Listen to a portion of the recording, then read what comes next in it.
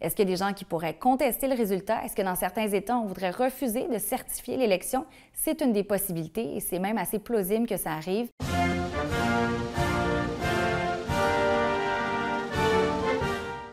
L'un des grands points d'interrogation est est-ce que Donald Trump va reconnaître le résultat de l'élection au lendemain de l'élection du 5 novembre 2024? Il a déjà dit qu'il n'en était pas certain, donc s'il gagne, il va reconnaître le résultat de l'élection. S'il perd, ça dépend. Est-ce qu'il y a eu de la fraude?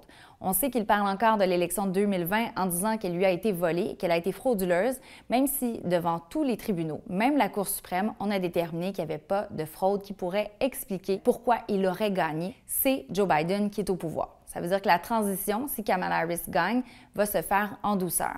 Est-ce qu'il y a des gens qui pourraient contester le résultat? Est-ce que dans certains États, on voudrait refuser de certifier l'élection? C'est une des possibilités et c'est même assez plausible que ça arrive, mais on croit que oui, la démocratie américaine va tenir le coup. Ce qui est assez particulier, c'est que si Kamala Harris gagne, c'est elle la présidente du Sénat en ce moment parce qu'elle est vice-présidente, ça veut dire que c'est elle, le 6 janvier 2025, qui va certifier sa propre victoire. Le vote se déroule toujours dans les premiers mardis du mois de novembre. Cette année, c'est le 5 novembre 2024 où on va voter pour toutes ces personnes, le tiers du Sénat, le président, le vice-président, l'entièreté de la Chambre des représentants et j'en passe. Et par la suite, il y a une période de transition. Alors, ça veut dire que le président va être assermenté et être en poste uniquement le 20 janvier de l'année suivante, ce qui veut dire le 20 janvier 2025.